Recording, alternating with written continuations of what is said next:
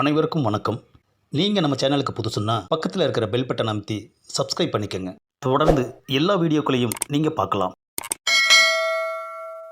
ஆஹா, இந்த கட்சிக்காக எவ்வளோ பொய் சொன்னோம், எவ்வளோ பித்தலாட்டம் பண்ணோம், எவ்வளோ ஸ்டண்ட் அடித்தோம். கூட்டணி வச்சவங்க நம்மளை தூக்கணும்னு கெடு வச்சிருக்காங்களே ஐயா.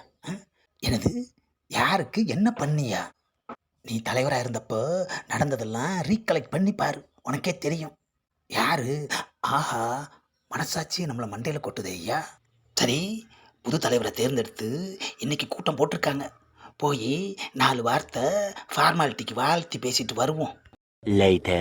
ஆஹா, தலைவனா நான் நிற்க வேண்டிய இடத்துல இன்னொரு ஆள் நிற்கிறானே ஐயா. ஒழுங்கா பேசவே தெரியாது, இவெல்லாம் ஒரு தலைவனா? அனைவருக்கும் வணக்கம். நம்ம கட்சியில் என்ன புது தலைவராக தேர்ந்தெடுத்திருக்காங்க. அதுக்கு நன்றி சொல்லும் விதமாக தான் இந்த கூட்டம். அதோ முட்டாள் தலைவர், மன்னிக்கவும் முன்னாள் தலைவர் என் முன்னால் தான் அமர்ந்திருக்கிறார். ஆஹா ஆஹா, முன்னாள் தலைவர்னு கூட சொல்ல தெரியாம நம்மளை முட்டாள் தலைவர்னு சொல்கிறானே ஐயா.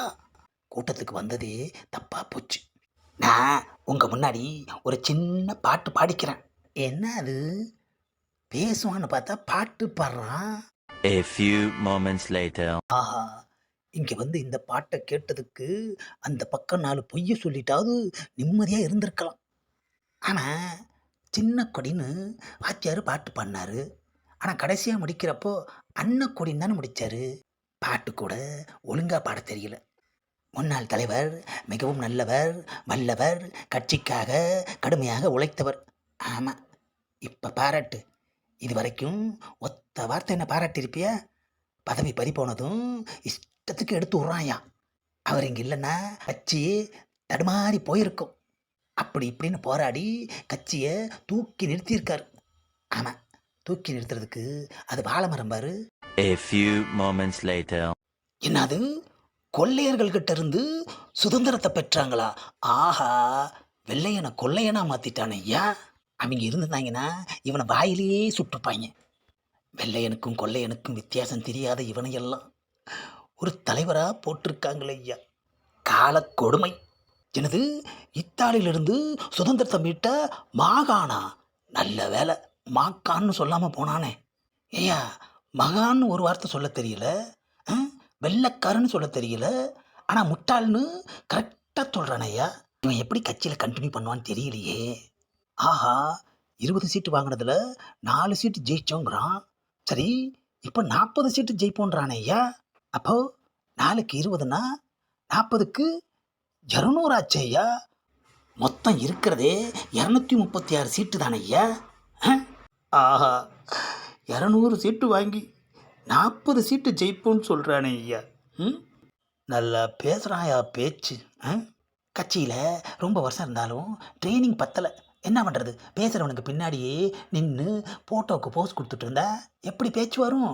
நம்மளை மாதிரி ஃபாரினில் போய் படிக்கணும். ஆமாம், அது மட்டுமா லட்சக்கணக்கில் புத்தகங்களையும் படிக்கணும். கட்சிக்காக சாட்டையில் அடிச்சுக்கிட்டு அது மட்டுமா? இன்னும் ஒரு சவாலும் விட்டமையா. அதை சொல்கிறதுக்கே வாய் கூசுது. தேவையில்லாமல் இந்த நார வாயில் சவால் விட்டு தினமும் நாரி போய் வாழ்ந்துக்கிட்டு இருக்கேன் ஐயா. இவ்வளோ தியாகங்களை பண்ணியும் நம்மளை அப்படியே தள்ளி வச்சிட்டாங்களே ஐயா. இப்போது முன்னாள் தலைவர் பேசுவார்.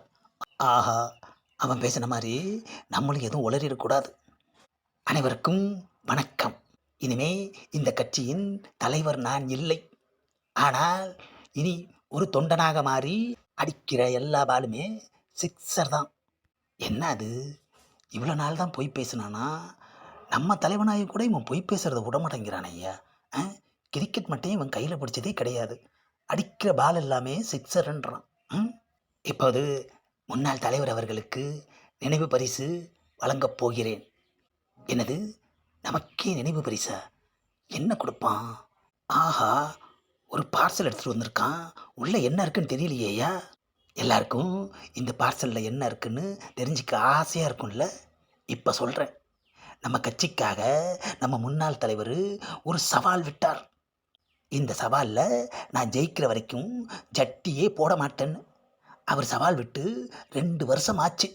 ஆஹா, நம்மளை நாரடிச்சிட்டானே ஐயா. நம்ம 2 வருஷம் ஜட்டி போடலன்றத எல்லாருக்கும் ஞாபகப்படுத்திட்டானே ஐயா.